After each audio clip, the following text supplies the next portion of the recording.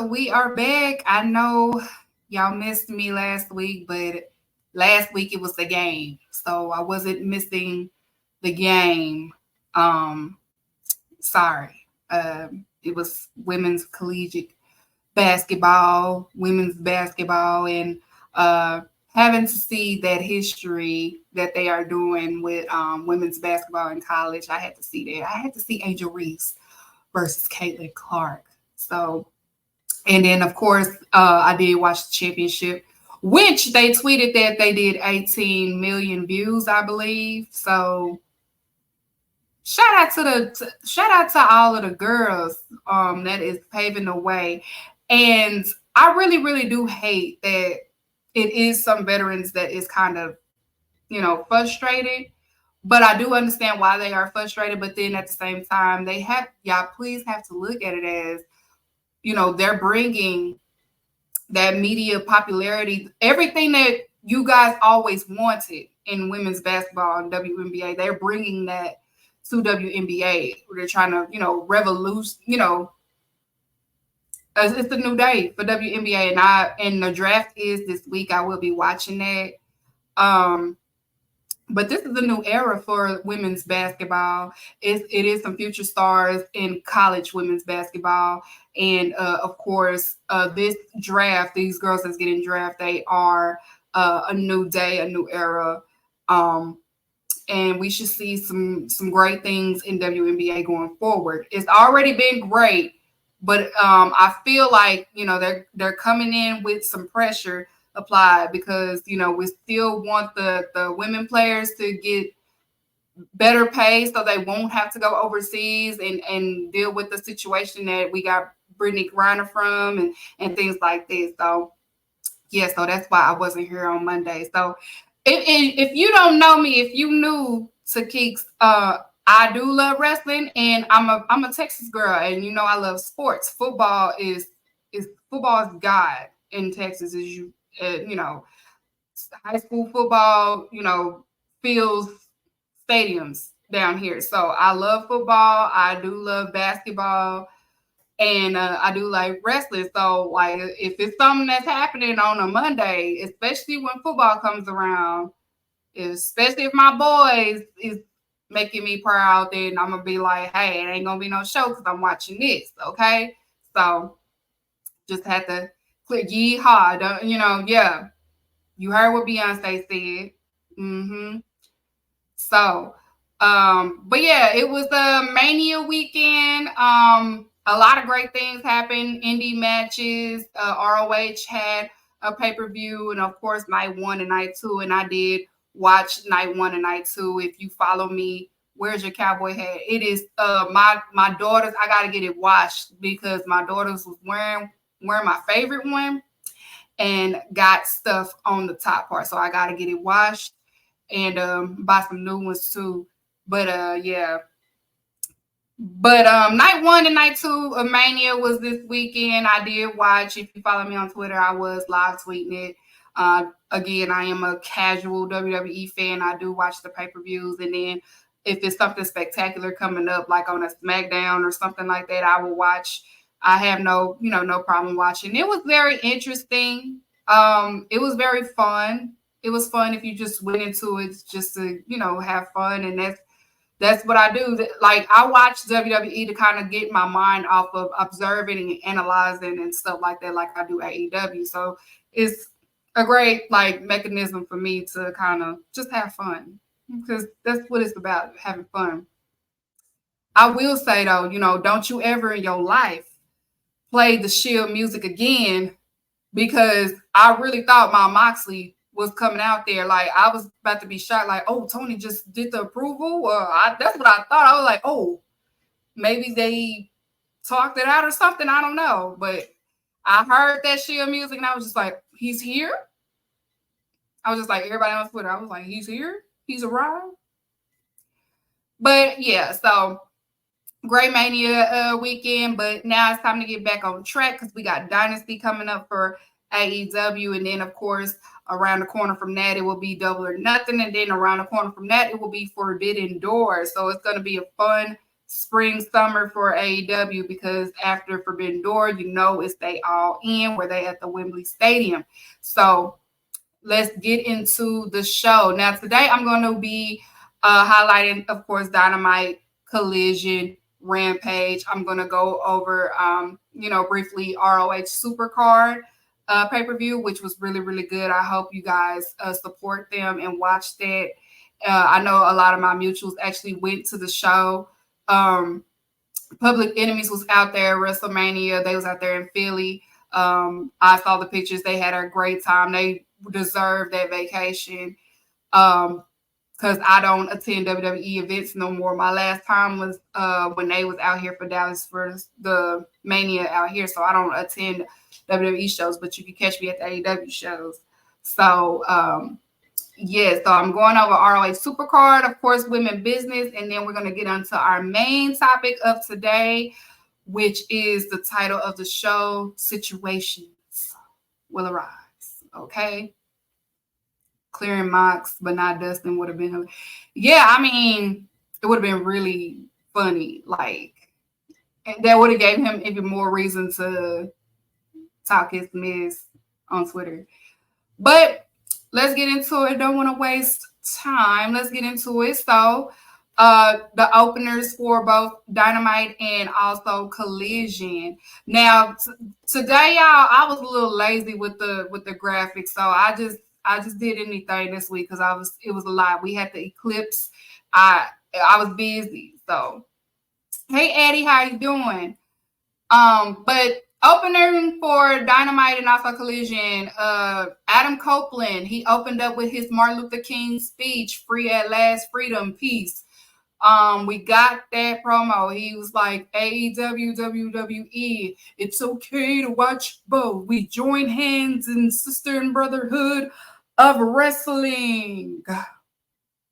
That's what we got, because it's been tension all this week between Punk and also the Elite and also Jack Perry. So it's like, that's kind of resurfacing. So he wants to make like, hey, you guys, it's all peace.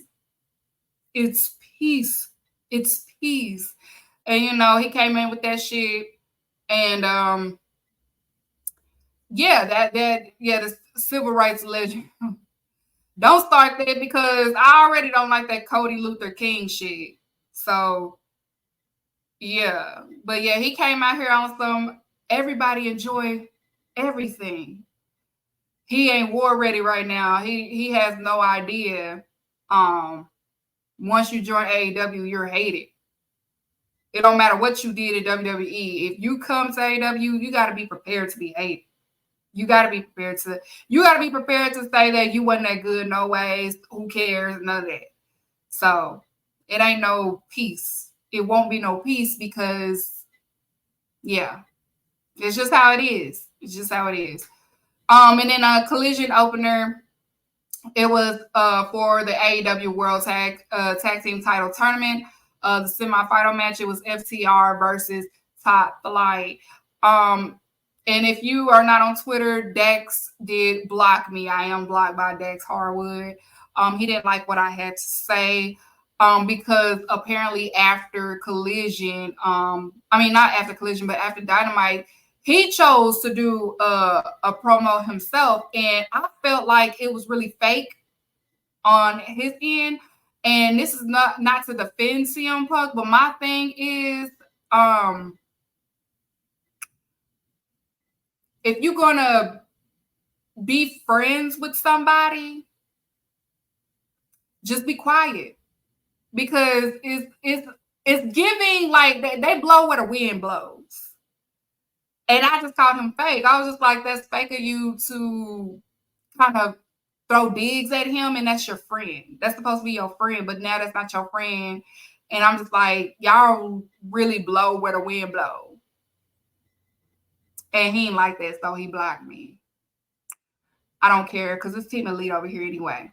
But, yeah, so it was Dax Harwood and Cash Wheeler versus Top Flight, Darius, and Dante Martin. It originally is supposed to be Ricky Starks and Big Bill, but Ricky Starks got injured. So they had to call an audible, and Top Flight ended up winning. That match, it to me personally, it could have been better, but it got better towards the second half of the match. Okay, and I don't know what FTR deal is when it's time to wrestle like high flyers, but they just it gives off like it doesn't work for me, brother, but I'm gonna do it anyway, and it takes away the competitiveness and to kind of show that you are a little bit versatile instead of and also prepping yourself to wrestle eventually Young Bucks, because they ended up winning, so we know it's gonna be Young Bucks, which I'll get into later on. But yeah, so we had that. But yeah, Adam Copeland came out as Martin Luther King, and then after that he brought out Will Ospreay, and then that's what led to the second match, which was Powerhouse Hobbs versus Will Ospreay. Great match. I like Hobbs. Powerhouse Hobbs never ceases to amaze me. He is a great big man. He scares the hell out of me too. Like, he restores that feeling of fear of a wrestler. Like, his presence is it just scares me. Like, I root for him, but I'm scared as hell. Like, if he look my direction, I'm a flinch. Like, please don't hurt me, you know? But Will Ospreay was just showing, yes, Hobbs is him. Will Ospreay was showing, he can get with the Powerhouse Hobbs, and it looked like it was a little bit of, displeasing because, of course, Will Ospreay takes the win.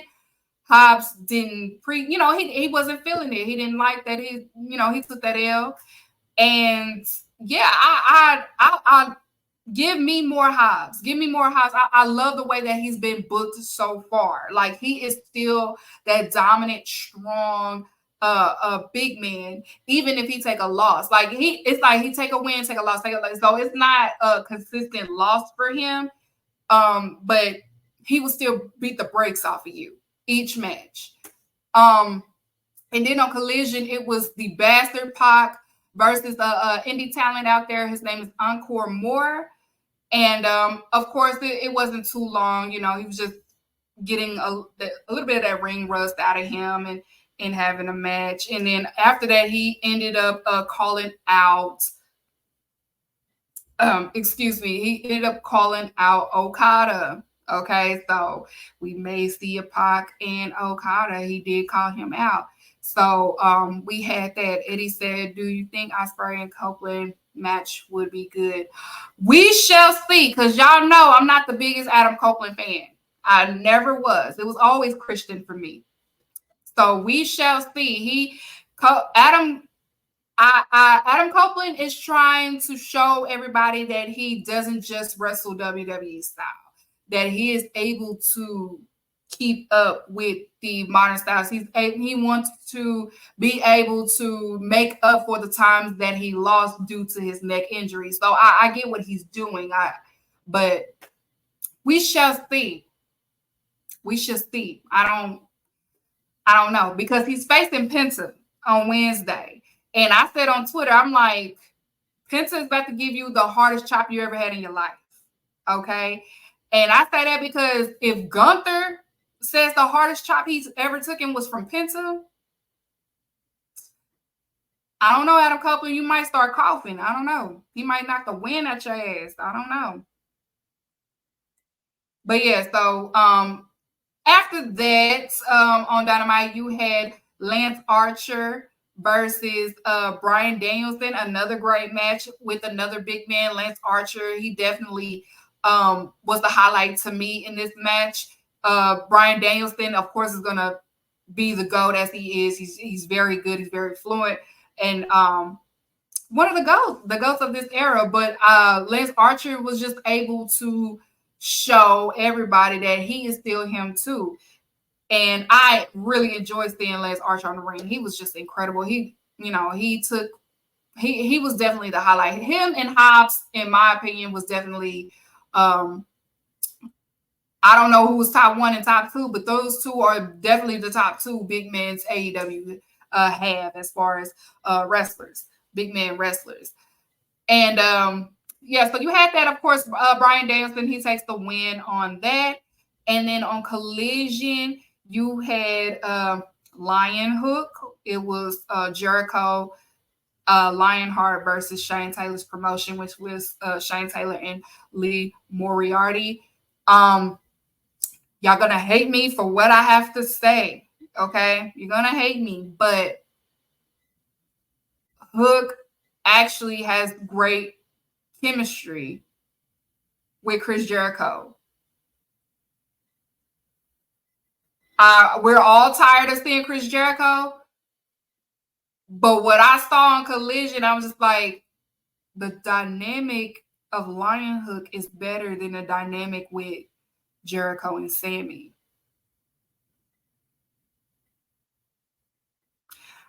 I'm sorry, y'all. Look, y'all know me. I think for myself and I analyze, okay? It's not a popular opinion, but it is an opinion that I saw. The dynamic that, they had together as a tag team flows a little bit better than when Jericho was with Sammy. And me personally, I feel like Hook may be a better student to Jericho than Sammy was. Because obviously he failed with Sammy. Like, Sammy ain't learned shit, okay?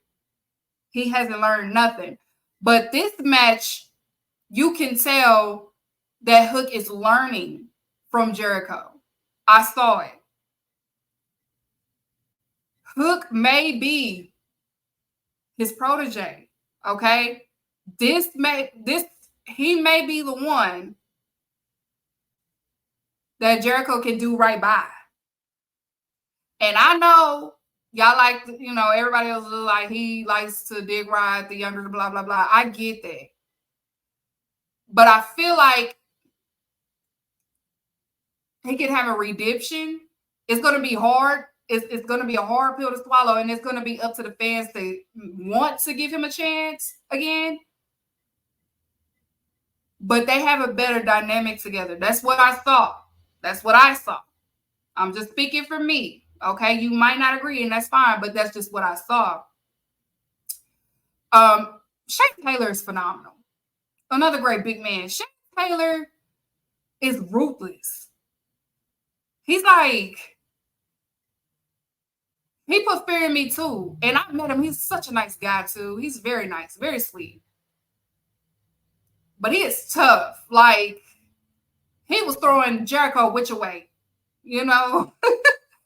and he was giving Hook the blues. And so did Lee. Lee was giving Hook the blues too. Like, people gotta stop underestimating Lee Moriarty. I know because how he's booked, but Lee can go too. And it was a great match for what it was. I wasn't expecting, a top match. I knew it was like a tester to the Lion Hook, and it did what it had to do.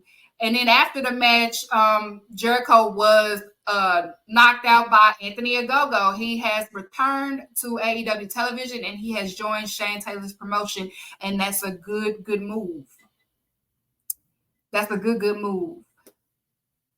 Jericho can't keep getting away with it. I know that. The man does not want to go home. He don't want to go home. I don't know why he don't want to just, like, Jericho, if you're listening, just maybe get an apartment. I don't know. Like, you can get an apartment. You can afford it. Get an apartment or get a hotel or something. Like, if you don't want to go home to her, just get an apartment. Is she that crazy? What is that? I don't know. Y'all. Don't quote me on that now. But yes, Anthony Ogogo knocked out Chris Jericho, and he has joined Shane Taylor promotion, and it's a good call. So again, STP will be great heels, and they work perfectly for Collision. They've been doing a good job booking STP, and they are good mid-card heels. And I do appreciate that. So we'll see how this go. We haven't seen Anthony Ogogo in a while. He was injured. He looks healthy. He looks good. He's he's not an ugly guy. So he looks good, you know. So we'll see. We'll see from that.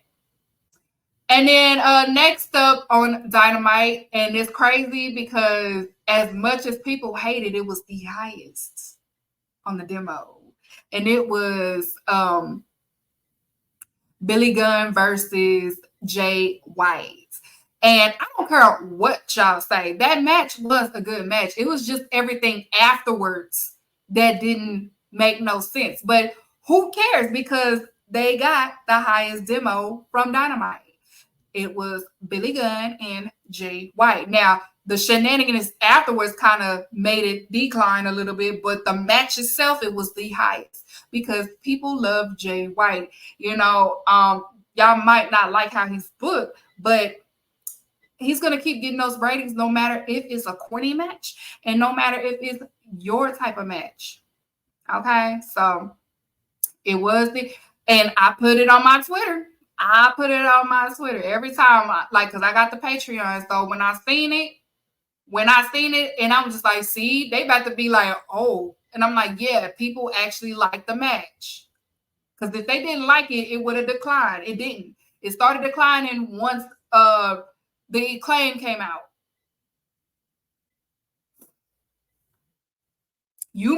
That's what I'm saying. People, like, y'all might hate how it is, but it's others out there, like, people need to understand Twitter is just a small circle compared to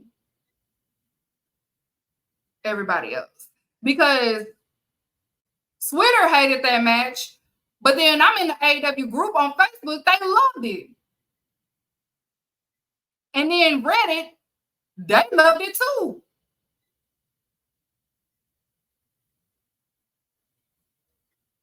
I'm just saying. Twitter, y'all not the end all be all, okay? It is still larger groups out there on different social media platforms, okay? Y'all might hated it, but it was people on Facebook that loved it. It was people on TikTok that loved it. It was people on Instagram that didn't mind it. They understood it. So, big bank, take little bank, okay? Y'all got to kind of understand that. I know the diehard Jay White fans didn't like it, but guess the fuck what? It was the highest thing in the demographic. They met, like, the 18 and 49 was the highest. Okay?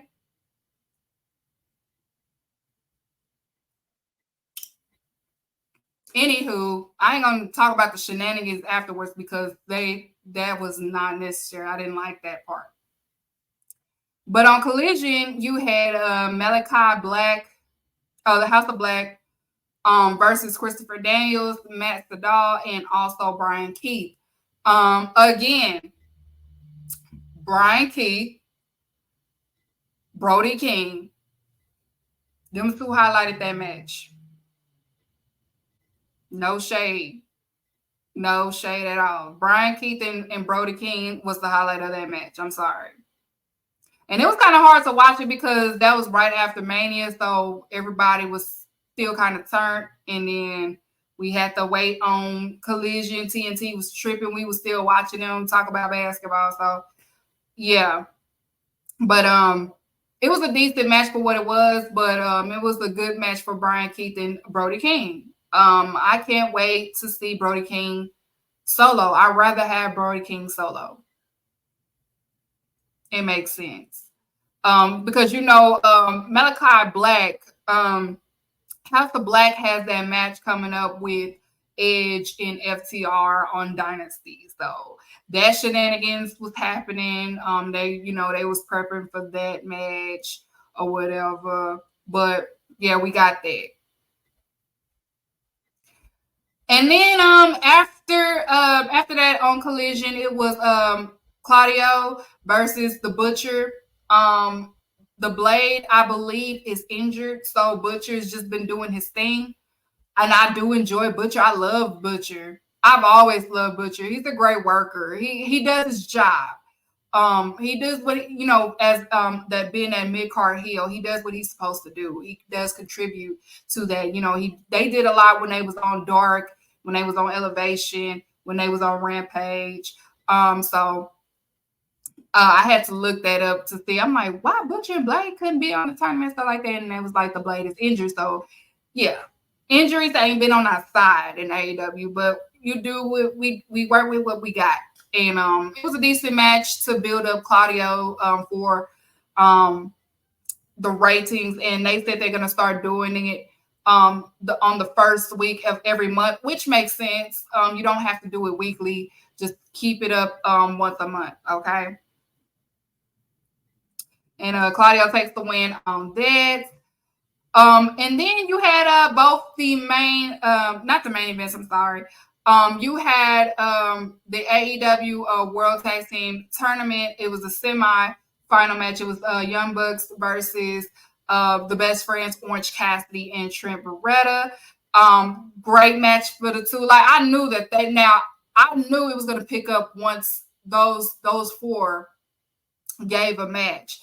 And then I also knew, the outcome, which we'll talk about a little bit later on in the show. But the Young Bucks, they take the win. And then, of course, it's going to be Young Bucks versus FTR at Dynasty. Well, I'm sorry, not at Dynasty, because how they going to face? Now I'm confused. No, it is going to be FTR and Young Bucks. Because who is Edge partners for? Oh, no, it was Briscoe and Eddie Kingston. I'm sorry, y'all. I had a brain fart. Just a second ago. There you go. I had a brain fart.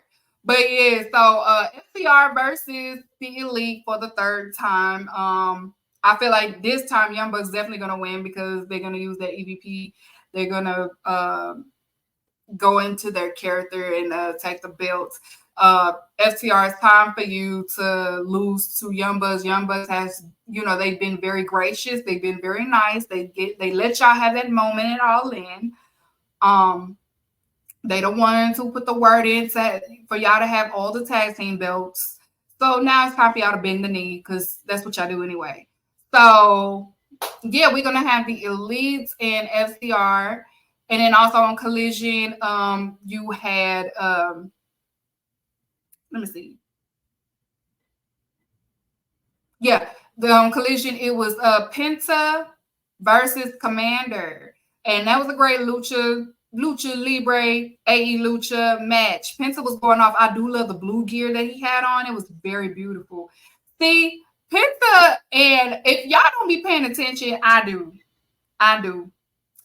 Penta and Rey Mysterio has been slick having a gear on gear type of thing. And I don't know if anybody been peeping it but me.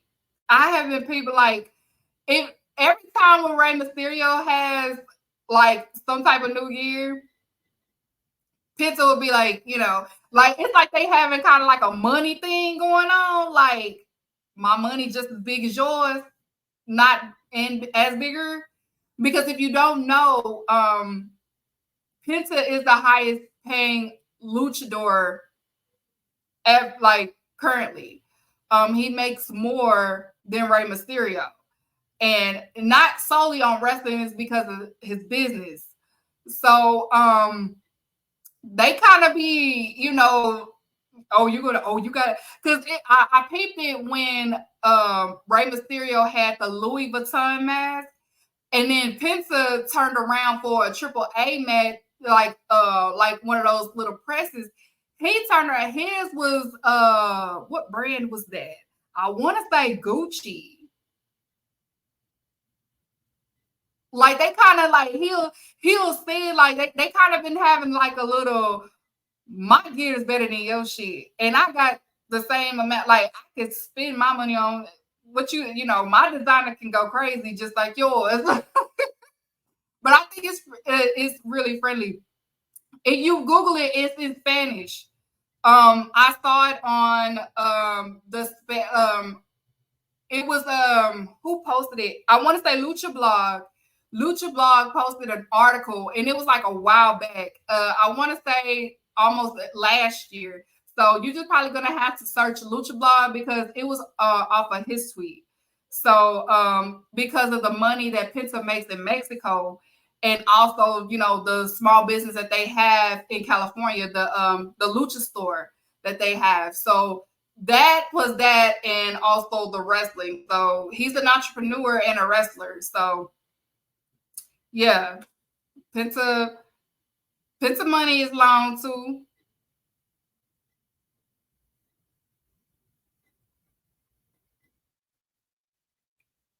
Yes, I love that video. I do, when he told them kids to stay in school. Because they was skipping school, and he was like, what y'all do is skipping schools. And he called them dumb and stuff like that. I remember that video.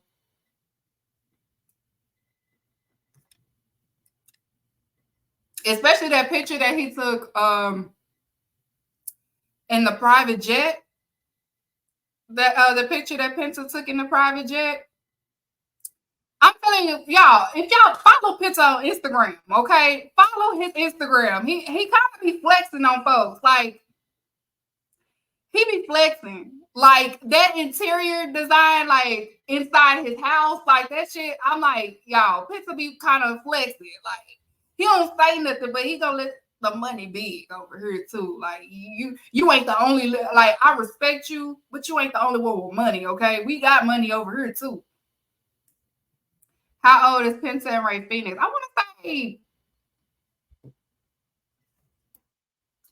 if you would have chat, Google it and just put it in the chat. I don't feel like Googling it. They in their 30s, I want to say, though. Like 35, 36, something like that.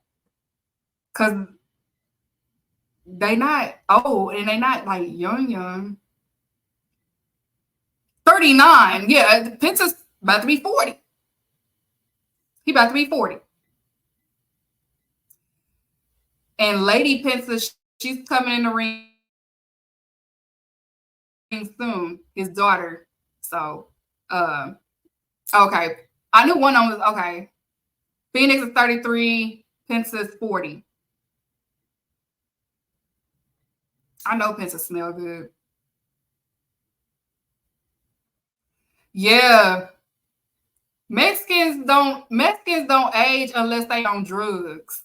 I've always said that. Like, if Mexicans don't really age unless they on some drugs or something. If they on drugs, they'll get old looking real fast. But if they like healthy, they really don't age. Like black people, like blacks and browns, we really don't age if we take care of ourselves.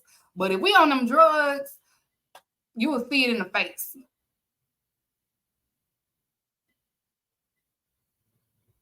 Someone should make an account strictly. Lucha Blog. I'm telling y'all, follow Lucha Blog on Twitter. Follow Lucha Blog. And I can't think of this other account that I follow. We are real cool. I'm really cool with Lucha Blog because he inbox me from time to time about the different events that's coming, like CMLL and also AAA. Because he'll correct me sometimes, which I really do appreciate. But yeah. Uh-oh, it's paused on my end.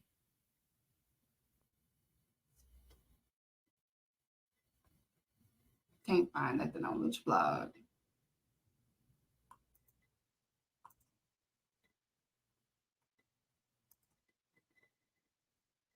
All right. 1 second, y'all.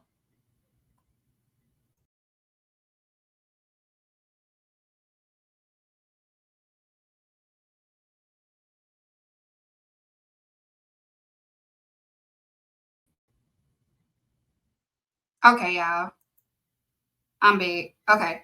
So, yeah, so you can't find nothing on like it's a while back. If I find it, I'll retweet it on my Twitter. But yeah, but shout out to Lucha Blog. He's really a really cool person. He's really nice. And like he's just like he said how you talk about Lucha Libre is so funny. But and then he'll correct me sometimes just in case. Like, because sometimes I will get like the brothers or an uncle mixed up. And when he correct me, he don't do it like confrontational. He'll just be like, no, that's the uncle, not the blase blase. And then he'll detail. I'm like, oh, okay. got it, so that makes sense. But so shout out to Lucha Blog, it's really nice. And then on Dynamite, the end of Dynamite, it was the contract signing for Dynasty between Samoa Joe and his challenger Swerve Strickland. And that a great sign off. I did enjoy it. It got violence. Swerve bled and he wrote his signature with his blood. So, he loved the blood. He loved the blood. It's Samoa Joe just making it a point like, I'm going to beat you. We'll see. They got that match coming up on Dynasty. Will Swerve, they'll push the button on Swerve or keep it on Samoa Joe? I really feel like they're going to push that button on Swerve. I feel like it is going to be his time. And they're going to do it. He's going to have that title probably up until All In. So, yeah, we will probably see our first Black AEW champion in like 2 weeks, 2-3 weeks. So that's crazy.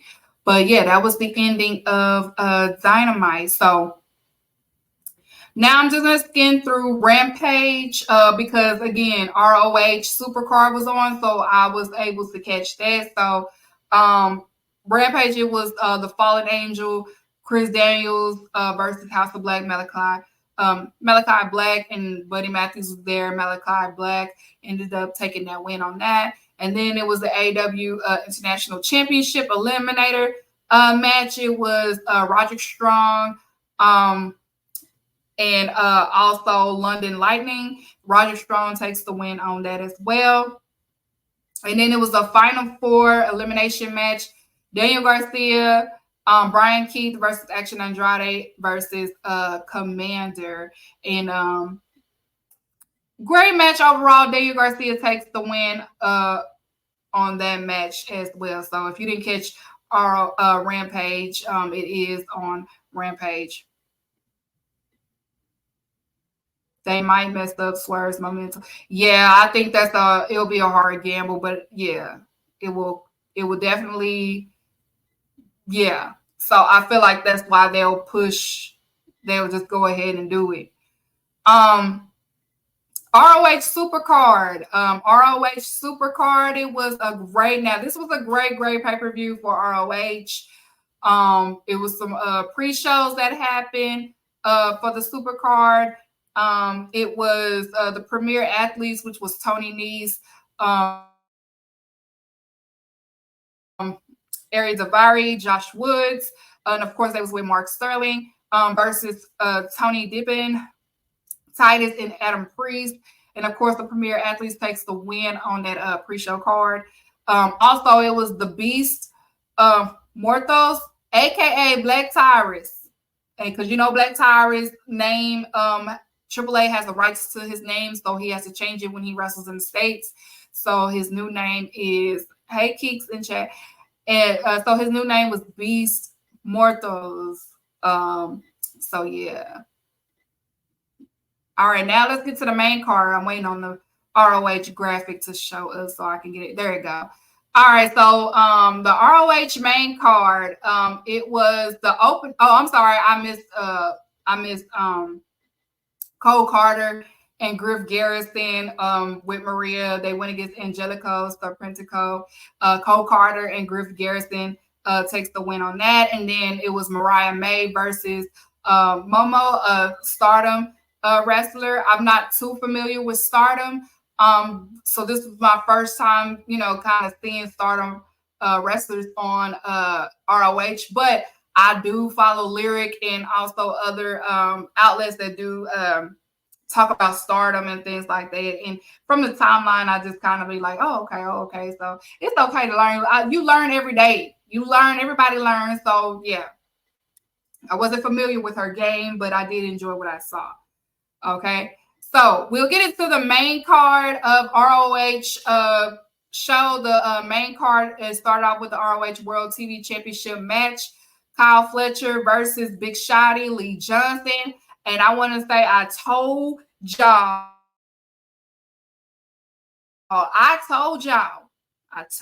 about Lee Johnson. If you tune into the show, I've always talked about Lee Johnson, and Lee Johnson exceeded. He, I saw the reactions on Twitter. I wasn't familiar with his game. I tried to tell everybody that man, what makes Lee Johnson special, not only does Lee Johnson learns, but he learns fast. He's an adapter. So he's definitely the future. Now his promo still needs work, but that's okay. That's okay. He can deliver it in the ring. That's what makes Lee Johnson special. He is a quick adapter, very quick. Kyle Fletcher is Kyle Fletcher. So it was a great opening for ROH. Lee Johnson got a great, the crowd received him very well. I could tell people was impressed. So make sure, you tune into ROH and tune into Lee Johnson. ROH is a great fit for him. He's still improving as a wrestler. But in my opinion, he's probably one of the best from the Nightmare Factor family anyway. But yeah, definitely big shotty. But of course, Kyle Fletcher retains the title for the ROH World TV Championship. Also, we had the Stardom Women's Trios match, the Queen's Quest versus the Empress Nexus Venus. This was my first time seeing either one of these teams, but I did enjoy ROH Women's Stardom business. I did enjoy what I saw from these ladies, and I would love to see more Stardom wrestlers in ROH and also in AEW. I did enjoy it. They gave real grasp. I enjoyed it. I enjoyed it a lot. And then afterwards, I know Mariah May, she came out with the champagne and they was toasting it up. They was like me. I was toasting it up too with them. I was like, I know that's right. And then after that, you had the ROH World Tag Team Championship match. It was Undisputed versus the Infantry. Again, this match, it did start off a little slow, but it did pick up a little bit. Sean Dean, Carly Bravo, they both did great. I love that the Infantry is starting to now get more shine in AEW. We saw them on Collision. They faced a FTR, and we're seeing them on an ROH pay-per-view. I want to see more of the Infantry. I wouldn't mind the Infantry actually be called up on Collision. They'll make great Collision stars. They'll make great tag team, because the tag team, it has to feel like an AEW tag team again, and they will make a great addition to it. So I did enjoy it. I thought they was gonna, give them the belt this time, but it's still on Undisputed Kingdom. So Undisputed Kingdom retains the belts at Supercard. So we'll see what else they're gonna do with Undisputed Kingdom. But Infantry definitely was the highlight of that match. And then, of course, after that, you had the ROH Women's World TV Title Tournament. The final match, it was Queen Aminata versus Billy Starks. Queen was working Billy. She was working her, okay? Billy did really good, too. She's 19. She did good. She's a future in the women's division for sure. Like, if you didn't see it when she fought Queen, I hope you did, but she's definitely the future. Still a lot to learn, but they was prepping her for this moment anyway. So I knew that Billy was going to win the championship. They've been planning this. They introduced this title to get her ready for this. So she takes the win, but not in a Ring of Honor, in an honor way. She did a fake injury angle, and she's learning well from her mother, Athena. Okay, so she did a fake neck injury angle. She had me scared. She had people in the crowd scared, only for her to steal the win. And she is the new ROH Women's TV World TV title. So congrats to her. She's the future of the women's division. She's a great wrestler. She sold the mess that, like, Athena is teaching her well. Like, she sold the mess out of that. Like, she scared me. I was in shock. I was like, oh, not like that. I was about to see, like, oh, accidents happen. I was getting ready to tweet it.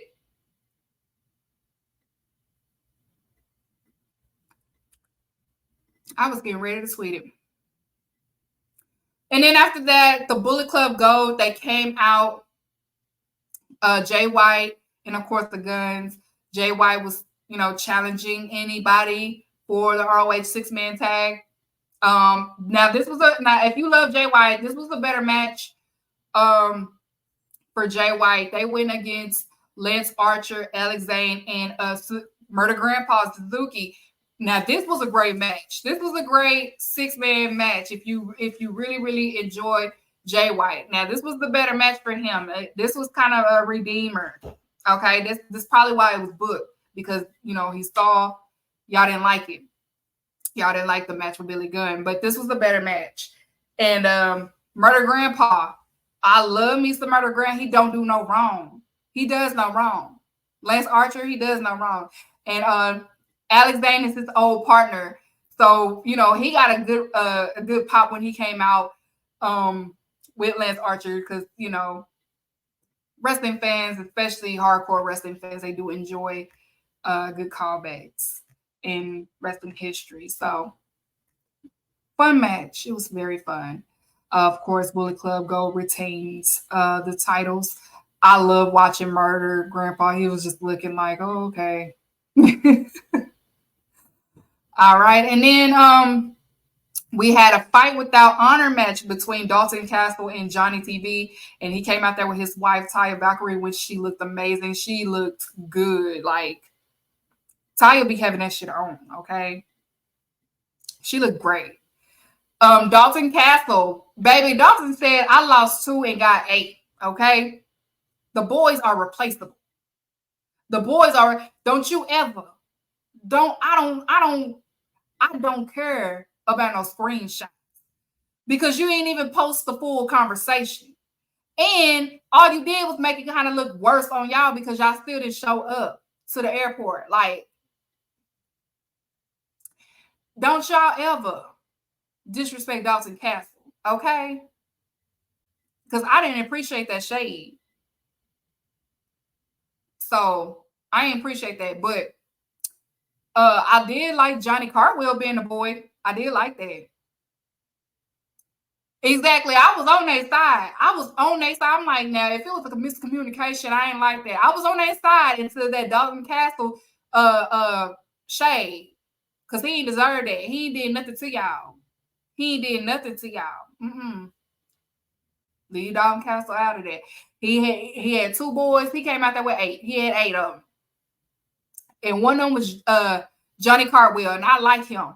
So, and Dalton Castle ended up winning the Fight Without Honor match. And then after that, it was the ROH Women's World Title match, Athena versus Sheeta. Real grass.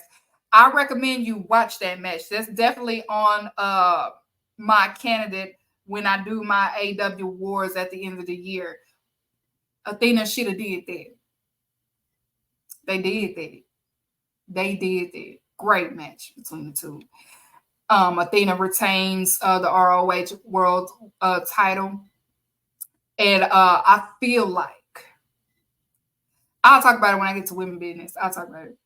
And then the main event, it was for the ROH World title match. It was Mad King Eddie Kingston versus Mark Briscoe. Mark Briscoe came out in the legendary Briscoe's original theme music. It was very, very, a lot. Them two, they had a great respectful match. It was a great honor, respectful match between the two. It was real grass. Me personally, I felt like it was a hard follow-up from Athena and Sheeta, because they kind of set that bar. Because Athena always set the bar, because she's been running ROH. She's the face of ROH. But they did deliver, and Mark Briscoe is the new ROH World Title champion, which is a great call, because the Briscoes is ROH. They're ROH. And it makes sense, because Mark Briscoe always wrestles on ROH. So if, that's a good plan for them, just, crown somebody that's going to be at ROH to make it ROH. And what better person than Mark Briscoe? So great match indeed. Oh, they're going to send Austin. She was there because she took pictures. She was there. She took pictures and she looked great. She looked great the whole weekend. Okay, girl, you did that. You did that. She was serving at Wale Man. Like she did that. I give credit when credit is due. They were serving. She came through serving. I'm glad that you went out there. It seemed like you had a real good time, and I'm glad that you did that, and I'm glad that you back home safe. I'm glad everybody back home safe. I'm glad that y'all had a good time during Mania weekend. But yeah, so ROH Supercard is always fun. If you go to a Mania weekend, definitely go to ROH Supercard. My villain origin story is because of ROH Supercard. When they was out here in Dallas, I'm gonna tell y'all the story. When they was out here in Dallas, right? I was with my sister, God rest her soul. She went with me. It was me and my sister. And, you know, I was like in the fourth seat or whatever. And that was around the time where it was the Briscoes versus FTR match. Great match, by the way. The dog collar match, it was a great match. Great. All the way, all across the board. And then, you know, after that match, that's when the Young Bucks came out. I'm the only one. Oh my God, you Young Bucks. And everybody just started booing me. And I stand up, I'm just cussing and stuff. I'm like, y'all shut up. Everybody shut up. Everybody shut up. It was fun. So, yeah, I got booed in my city. It was crazy. It was crazy. I'm going to get my payback. All right, so let's get into women's business. Here's what you need to do. You need to stay out of women's business. Tell them, Nene. All right, women business. So, it was very brief this week. It was very, very brief, but we're going to get a little bit into some things. Of course, Dynamite, it was for the number one contenders for the AEW Women's Championship, which was Mariah May versus Thunder Rosa. Let me tell y'all something about Thunder Rosa. Thunder Rosa ain't playing with you B-words. I don't want to call y'all that. Thunder Rosa is not Thunder Rosa is not playing with these girls. Hey, the NH.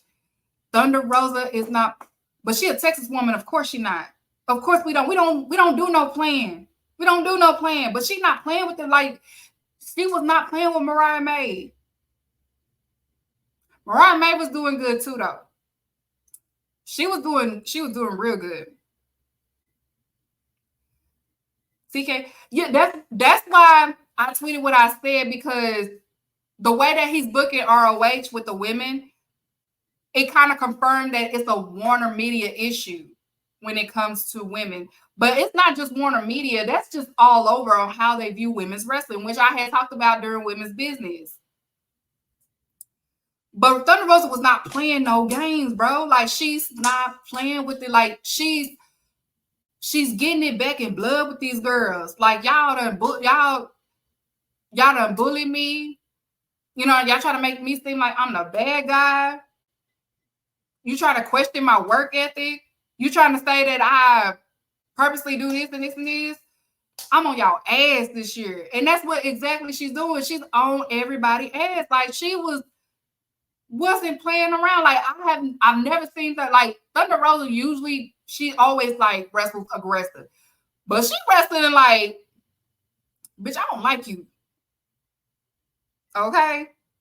And I'm about to do something about it. That's how she's wrestling. Like, she stepped in Toni Storm face so many times. Like, girl, I'm coming for you. I am coming for you. Her encounter with Britt Baker, when it does happen,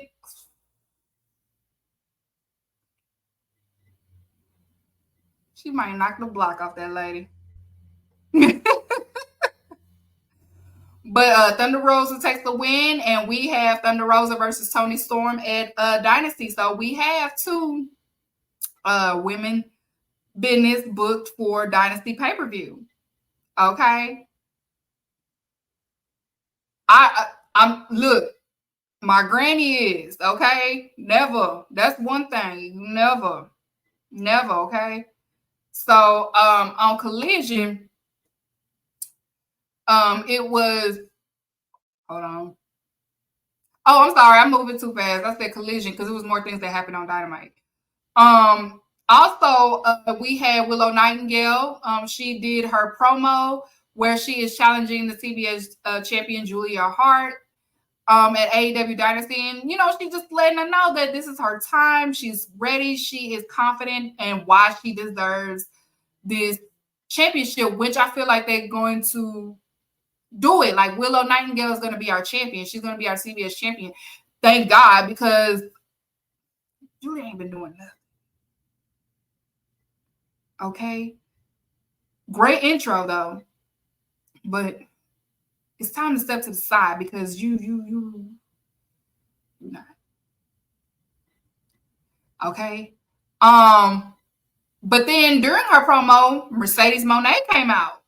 Mercedes Moné said, whoever winning, I'm challenging it. Now I heard some people like, but what about the rankings? But I'm like, y'all thought that she was playing when she said she was the CEO? Y'all thought she was playing? Did y'all think that she was playing when she said she was the CEO? But I do want to say though, I love you, Mercedes Moné. I do. I need to see some wrestling now. I think she got to get now that AEW is not WWE. Okay, like yes, we do promos, but you gotta get in that ring, or we're gonna start questioning some things. Okay, so hopefully Mercedes get in the ring sometime soon. We gotta see some wrestling, baby. We gotta see some wrestling now. We gotta get a match. We gotta see some. You gotta leave that at the door. We gotta see some real grass now. The girls, we wrestle. We wrestle over here. We wrestle. It's time to get in that ring. I don't care if you fight Anna Jay or whatever. It's just time for you to get in that ring though. So we gotta see some ring work, Mercedes. You the CEO. But let's get in the ring EO.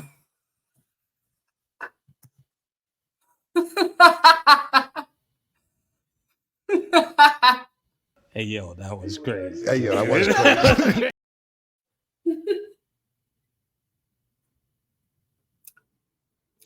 I rhymed that. The ring EO. I don't know. But yeah, it's time for you to get a ring, baby. We like wrestling. We like to see the ring work. And then on Collision, it was the Infantry's Trisha Dora versus Yaka. Another person that I'm not familiar with, and I believe came from Stardom. And that was a great match too. I did enjoy it. I did enjoy it. I do enjoy Trisha. Trisha Dora have always been a great wrestler to me. When she's booked out here in Texas during her indie days, I didn't mind sponsoring her. I don't regret sponsoring her. Great wrestler. I do enjoy her. She's very pretty to me too. Yuka. I'm from Texas. Okay. My pronunciation on certain things ain't gonna sound like how you say it, okay? I'm gonna let you slide because I didn't know her name like that. Yuka. She's from TJP. Thank you. She's from TJPW. Yuka. Please don't laugh at me, y'all. Thank you, Cozy. Thank you. Yuka from TJPW. Okay, so that is Yuka from TJPW. Okay, so it was a great match between the two girls. I enjoyed it. I did. From what it was, I wasn't familiar with her game, but now I'm familiar with her game. So you had that. And then also on Rampage for women's business, it was Serena Deeb versus Trish Adora. Now that, if you didn't watch Trish Adora versus Serena Deeb, watch it. It was great. It was a great match. So make sure you recap that on Women's Business. As you can see, they building Trisha Dora up. Okay, she's been booked more. She's getting booked more. So they figuring it out. They're figuring it out. So yeah, I did see that at the press that he confirmed Megan Bain is still signed to AEW. So yeah, so far for Dynasty we have Toni Storm versus Thunder Rosa, and also for the TBS Women's Championship it's Willow versus Julia Hart. So we got that for Women's Business. Like I said, Women's Business was a little brief because it's Mania weekend, and a lot of them was booked for other things and stuff like that. So it is what it is. Women's Business is doing a great job. Again, Mercedes, we got to see you in the ring now. You've done promo twice. You did your walking out and things like that. All right, now it's time to get a match. Got to get a match in now. You got to get a match in now. You got to kind of leave the talking segments. You can do your feud, but now it's time to wrestle. It's been almost 3 weeks, I want to say now. It's time to wrestle. Got to get in the booth now. Okay? You got to get in there. All right, so let's get into the main topic. The title of this show is Situations Will Arise. Play it. Situations will arise.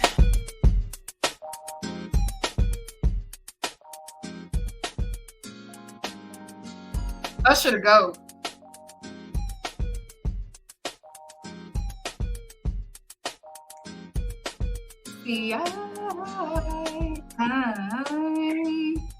I love you. You were my girl.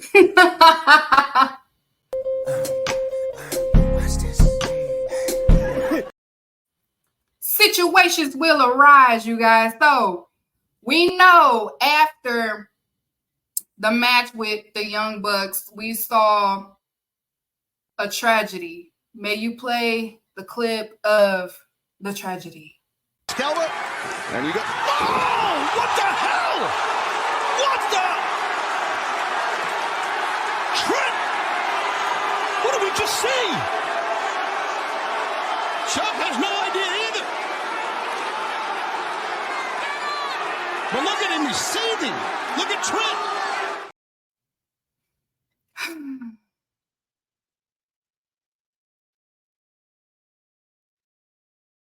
Poor Chuck.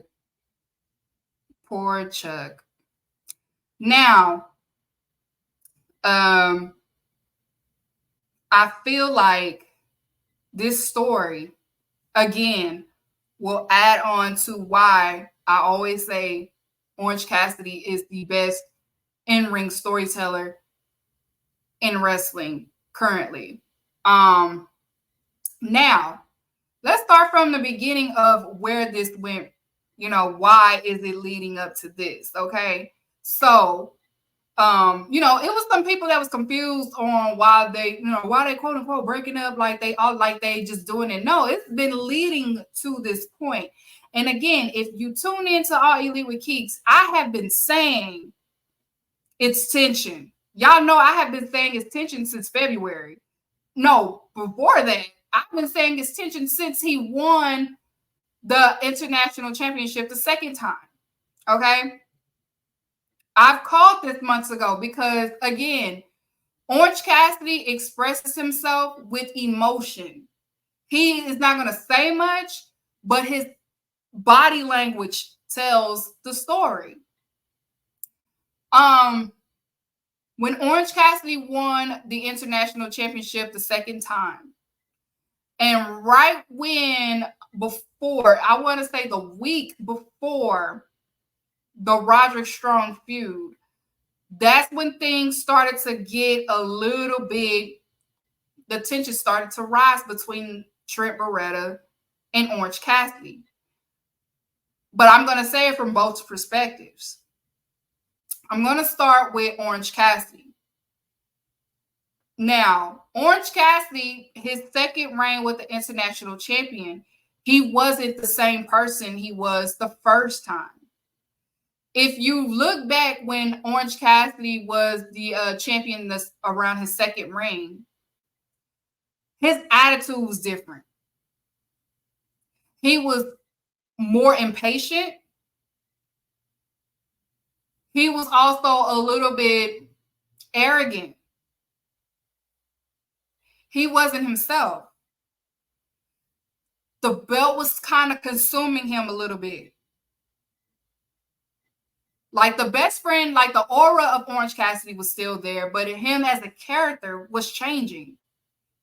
Now, you probably didn't notice because, again, he doesn't say much, but Orange Cassidy body language is part of his character. That's what makes him, that's what makes him unique as a character. You might confuse it as lazy, but he's actually saying something with his body language. If you don't recall, it was a match, and it was either on Rampage or Dynamite. But it was a tag match between Trent Beretta and Orange Cassidy, and they faced Penta and Commander. And around like that match is where I peeped. It was tension between the two. If you go back when Best Friends first started, like, around 20, around the time people started to accept Orange Cassidy as a wrestler, when him and Trent do have the tag matches or the trios. Their dynamic has always been, they're really good friends. They're happy. The match between them and, the Penta Commander match, the dynamic was not there. It was like one was trying to big up on the other. One was big broing the other. Orange Cassidy, you could tell Orange Cassidy's body language, I have to come to the rescue for Trent every time. And then Trent was just, his body language was, Orange is always doing his own thing. That's where that tension kind of started a little bit. Then it kind of picked up when, Renee would do the backstage segments with them, the interviews with them. And Orange Cassidy would, when they put their hand in to do the 1, 2, 3, he started to kind of forget to do it with him. If you look back, it was one, it was on Rampage, I believe, when they did the 1, 2, 3, and Trent, it was Rocky Romero, Chuck, they was in, and he was just like, oh, you know what I'm saying? Like, he did shit like that. Trent started to pick up on that because Trent would look at him away when he was doing it. And then I posted a clip not too long ago where they had the backstage, another one, and Orange was facing Shibata. And that's when Trent was like, oh, you're facing him? Oh, that's weird. And, Orange hit the he basically said what the fuck without saying it. Like, he did the, like, why I gotta tell you what I'm doing? Orange ain't never acted like that to them before. So, Trent, they're both, it's no right or wrong person in this. This is a story where it's like, what happens when you're always clapping for somebody and that person don't see you clapping for them anymore? Versus what happens when you didn't ask to be the chosen one?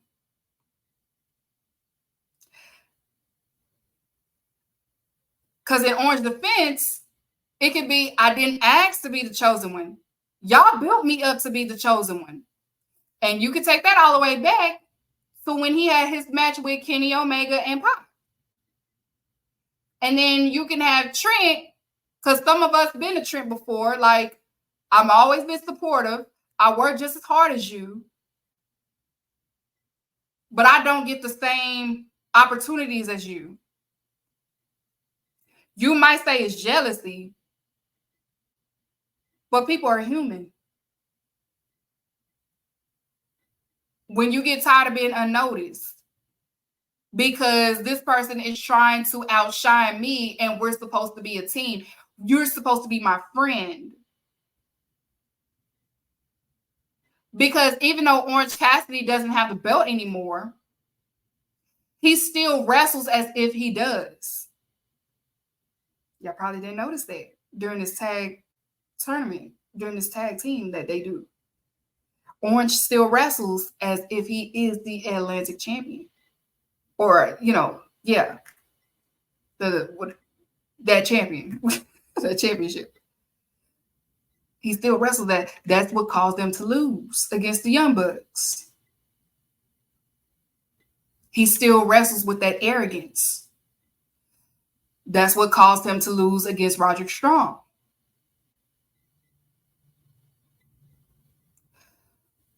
Because Orange Cassidy, if you also didn't pick up, since he beat Moxley, in his mind, I can beat anybody. I've beaten the person that got to me. I can conquer everybody else. He kind of lost his way.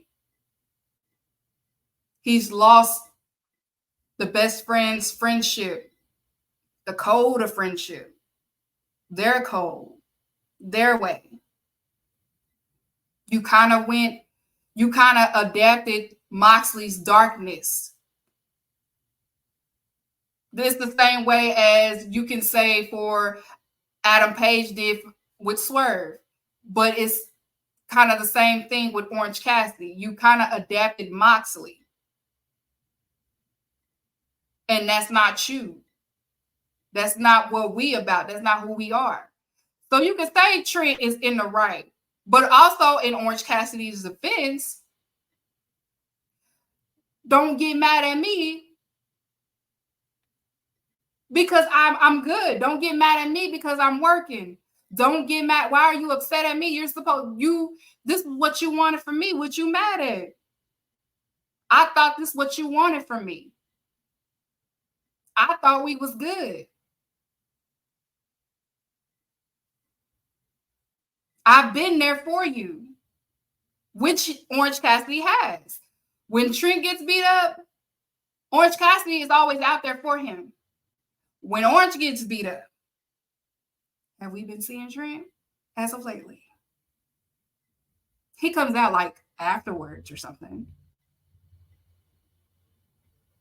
This will be a great non-title story, y'all. People that love stories.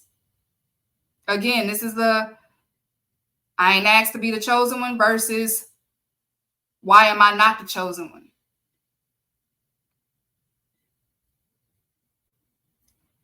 And then you got Chuck is broken. You can see he's hurt. Chuck is going to be hurt. Chris pissed off. And then we had that backstage, we saw that footage of, he whispered something in Chris' ear. It's like, what happens when you're tired of being the shadow of a person? We all been there before. Everybody's been there before. This will probably be a relatable story to everyone, no matter if you're in Orange Cassidy's shoes, no matter if you're in Trent's shoes, when it comes to friends. Now, this is not saying that, well, of course, they'll probably put some, some jealousy and stuff like that to make it more interesting. But everybody's been in either or shoes before. I work just as hard as this dude, but I don't get rewarded. And then you got this person, I'm only doing what I'm supposed to do. I'm just better at it. Why can't you just root for me? So this is going to be a great story. Great story between the best friends. This is something that they needed to add to this faction, to change it up, especially for Orange Cassidy. I don't think it will be a heel in this. Of course, they will, obviously make Trent Beretta the heel because Trent Beretta knows how to do promos. He's the aggressive one. He's looked at as the aggressive one because he made the first attack. But is he in the wrong?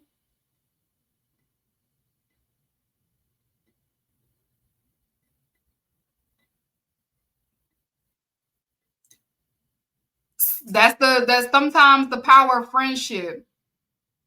As we've been seeing a lot, like today, friends don't mean shit today. It's been a lot that's been going on. Like in the rap scene, you got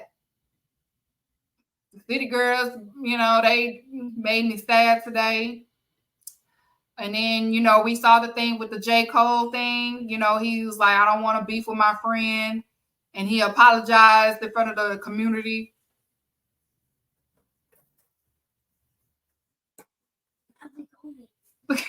I'm still alive, baby. That's what my kids asking me, how is it going? But the power of friendship, it can go one of two ways. Friendship, we all about rooting for each other. We all like to see each other win. But what happens when you feel like you're not being noticed? What happens if you start feeling like, am I only here to applaud you? Am I only here to uplift you? Am I only here to be a shadow behind you? Prior to Orange Cassidy, again, Orange Cassidy is probably, the most relatable wrestler. He's they call him lazy, but he's a workhorse. So it's not like Orange Cassidy didn't earn his position, because he did. He worked for it. He was, he had the most matches and he has the most wins during the time MJF was champion, and he was the better champion than MJF. But sometimes when you get blinded by success, it makes you forget the people that was, that it got you there, that elevated you, that was there. The best friends walked out the tunnel with you when you faced the Moxley.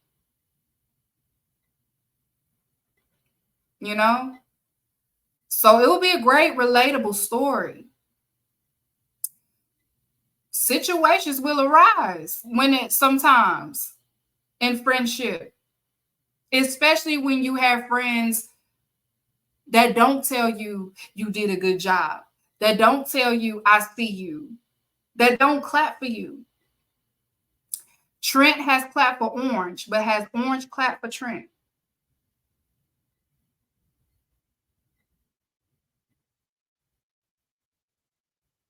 A lot of times in friendship, people receive, but they never give. And you got to be careful with that, because sometimes you don't even notice that you're doing that. Orange Cassidy probably didn't notice that he was doing that.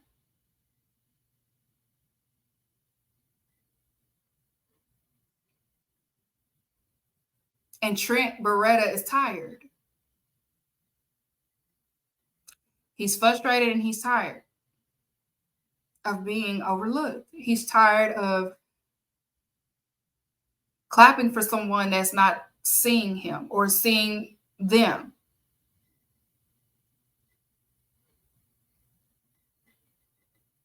Do you think we'll see a happy ending with this story?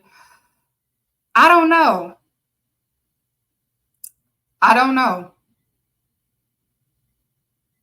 Maybe. We'll just have to let it play out and see how this goes. But if it goes how I think it is, I feel like this will probably be one of the greatest stories, non-title stories for AEW this year, if they deliver it correctly.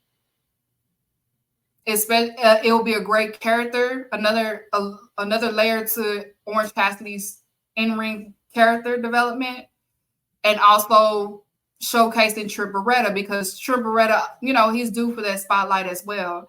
I know he's a veteran, but he still can go. So I'm definitely enjoying this. If you want like further, like even when Orange Cassidy won the championship the first time, like the emotion when he won it there with them prior to the emotion that when he won it, as you can see in the picture in the middle, it's different. The body language is different with him, you know? So I wanted to kind of break down this because, you know, it was not a random thing. It's been, the tension has been there. But of course, people are not going to pick up on it because Orange Cassidy is not the typical cut promos all the time. He is unique. He's different. You know, he'll say 1 to 3 words, but sometimes those 3 words mean a whole lot. Like we just saw videos today that they released where Dark Order asked him, can they be in the best friends now? And he didn't say nothing. He was slumped over. And I had to kind of correct the account that was like, oh, he's still lazy and stuff like that. No, he's not lazy. He's hurt. He's hurting. He's like, he literally was just slumped over. He didn't move at all. And now we know when he do that, like when he used to do that around 2019, he'll pick his head up and, you know, do the thumbs up. This time he didn't do nothing. He just laid there. He's hurt. His heart is broken. But Trent Beretta is about to set some reality for him. So this is going to be a great story. So, you know, I'm always speak on it. And if I see something on either one of the programs, I'm of course bring it on to the show. But I just wanted to kind of educate a little bit on what's been going on because this has been brewing right around when he got the title the second time between Trent and Orange Cassidy. But for those that just need a little bit more to understand it, I know they'll probably end up doing a video package for you guys. So, but that's what I'm here for. You know, I do AEW ROH content creation. I do podcasting, and I'm not one of those just say shit. I look at shit and I'll just be like, you know, because I enjoy, you know, dissecting little things. That's what AEW are really, really great at. They're good at putting it in your face without making it obvious, make you mysterious, make you want to think, make you want to, you know, some of it is, you know, obvious, but but this in particular, especially with Orange Cassidy, that's something that you really, really have to pay attention to because he doesn't say much, but he expresses himself with his emotion and his body language. So if you do not know how to read people's body language or their emotions, especially in his in-ring, because his in-ring is a story, like he didn't need to do a promo to lead to a Trent and Orange thing. Like if you paid attention to like their in-ring dynamic through this tag team tournament, you could tell that it was division because they was not on one accord. One, you know, like I said, Orange Cassidy was wrestling as if he still had that title. And Trent is just tired of it. So it's going to be a great story between the two. So Trent Beretta, he feels rejected. He feels held back. Orange Cassidy, it could be, I wasn't aware. You know, I didn't ask for this. I've only wanted to be the best. You know, this and this and this. Like, if you know, how am I supposed to know? So it's no wrong person in this situation because it's relatable. Somebody's been an Orange Cassidy in their friendship, and somebody's been a Trent Beretta in their friendship, and some of us been Chuck. Some of us be like, what the fuck? Like, what's going on? Like, some of us been a Chuck. So exactly. Put Cozy up. Put that comment up. Orange was wrestling to win the title, but Trent was wrestling for Chuck.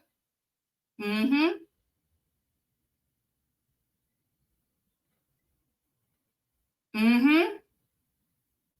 There you go. There you go. Because they said it. They said we're doing this for Chuck because Chuck is still injured. Orange just said okay. Okay? So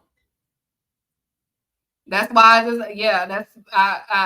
I know people, everybody talking about the tape, roll the tape that's about to happen this Wednesday, but it's important for me, I feel like, to kind of dissect things that people need to be aware of.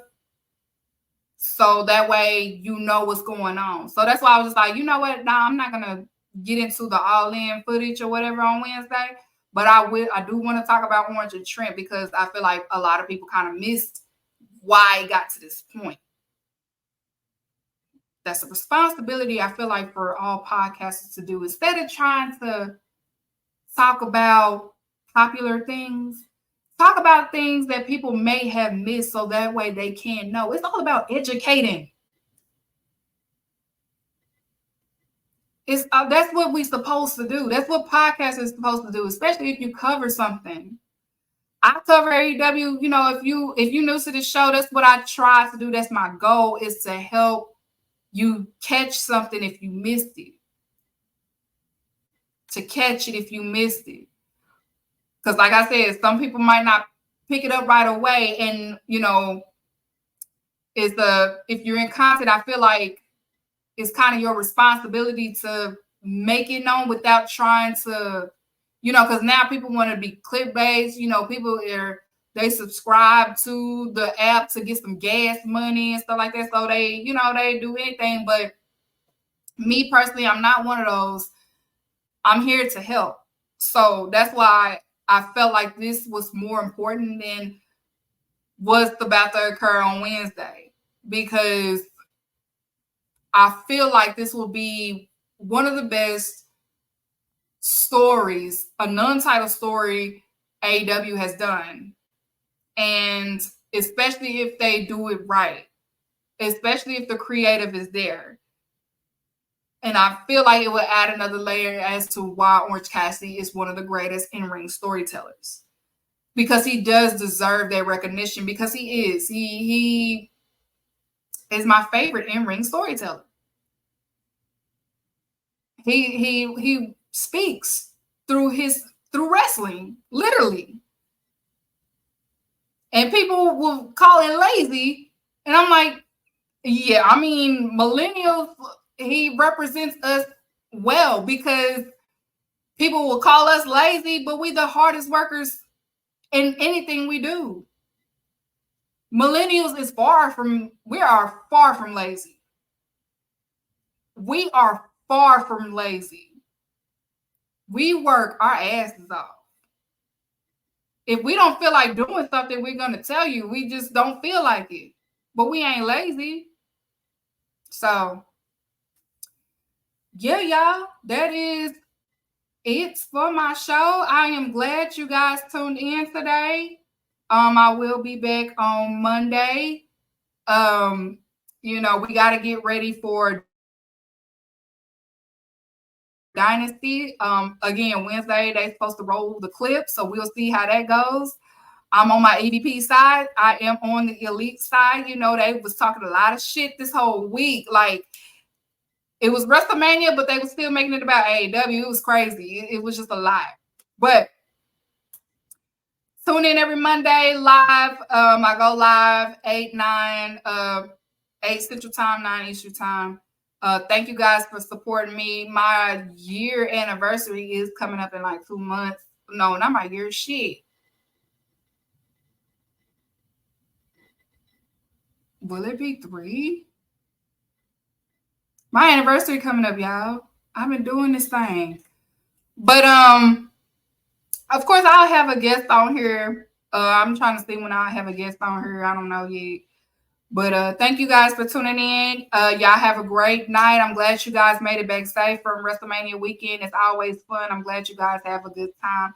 It's always a good time, full of love and full of wrestling, and people getting to meet people that they have been socializing with online for a long time and stuff like that. Unfortunately, you won't see Keeks at any of that anymore. Like I said, my last WWE event was almost 2 years ago. So, but you can catch me at an AEW show. I will most likely be at AEW Full Gear this year. But if they come back to Dallas for Dynamite Rampage, well, Dynamite and or a Collision, of course I will be there. You will see me there. So yes, so make sure y'all subscribe to Public Enemies. You set that notification. You can follow me on All Elite with Keeks on Twitter, the same handle. Or if you can't find me, I am in the bio of Public Enemies. So just look at their bio. I am right there. So thank you guys for tuning in. Hit my getaway music. First of all, there's no such thing as white-collar crime. And there's definitely no such thing as black-on-black crime. Crime is crime. Let me explain something to you. I don't care if you have a white collar or a tank top. If you rob me, I'm gonna whoop your ass.